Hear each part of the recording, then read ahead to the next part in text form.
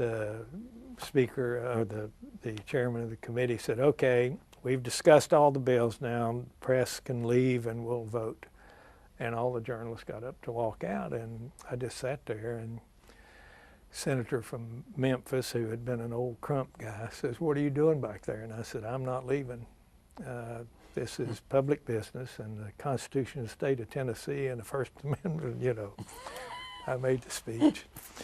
And he said, by God, I'll throw you out. And he got up to come back there, and the chairman stopped him. And he said, get the sergeant at arms. I have to back up. Before I went into the committee meeting, the sergeant at arms, a highway patrolman, was out there. And I said, if I were you, I'd go get a cup of coffee and not hang around the door here. And he said, oh, okay. So he left. And so when they went to get him, they couldn't find him. They couldn't throw me out. So they adjourned the meeting. And so I went back and I said, well, John, we took the first step, and I wrote a story about throwing us out and all that, and adjourning the meeting. Next morning, I go up to cover the Senate, and there's the sergeant at arms standing in front of the door, and he says, you can't go in. I said, what do you mean? He said, they have passed Senate Resolution number 1. You are not allowed in this chamber.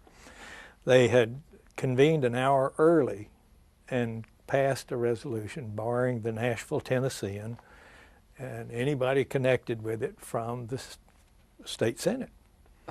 So I called John. They sent lawyers up. The lawyers went with me. We went back and asked to go in again. They said, no, you can't do it. So we took them to federal court. And the federal judge heard the case. And when the lawyers drew up the document, and they called it Nashville Tennessean versus Jared Maddox, the Speaker of the Senate. And the publisher says, you know, we're probably going to lose this case, and I don't want it to go into the history books as a Nashville Tennessean losing the case. Why don't you just say it's Kovach versus Maddox? And they said, well, okay, so it's Kovach versus Maddox.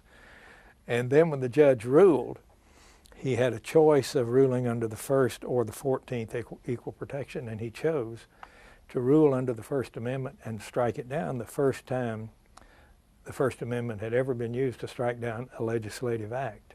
So it was the beginning of what we now call, you know, sunshine. Sunshine law, the first one in the country? No, Florida had had a sunshine law since 1914, but it had never been enforced, codified, used.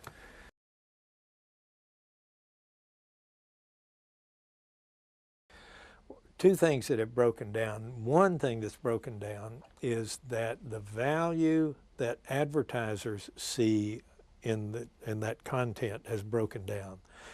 General Motors used to say, we want our ads to appear in the New York Times because we want the credibility of that editorial copy to rub off on our ad. By sitting next to believable, documented information, we gain. That's broken down. They don't need that anymore, they believe. The other thing that's broken down is we present the information pretty much the way we always did and expect people to say, oh yeah, it really is, information really is important. Now the people who care about it and go get it do. But it's a different world now. People now are their own editors and publishers. Because of all this stuff out there, they can go anywhere and get anything they want. Our job now becomes educative. We can't just present our information. We have to build into the way we present it a process of educating people on what we do, so they begin to verify the information. We don't take anything as journalists at face value. We verify it. How do we do that?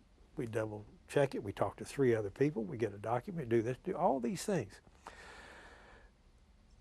The public, if they're going to consume the information themselves and decide where to go to get that information, they're going to have to start thinking that way too.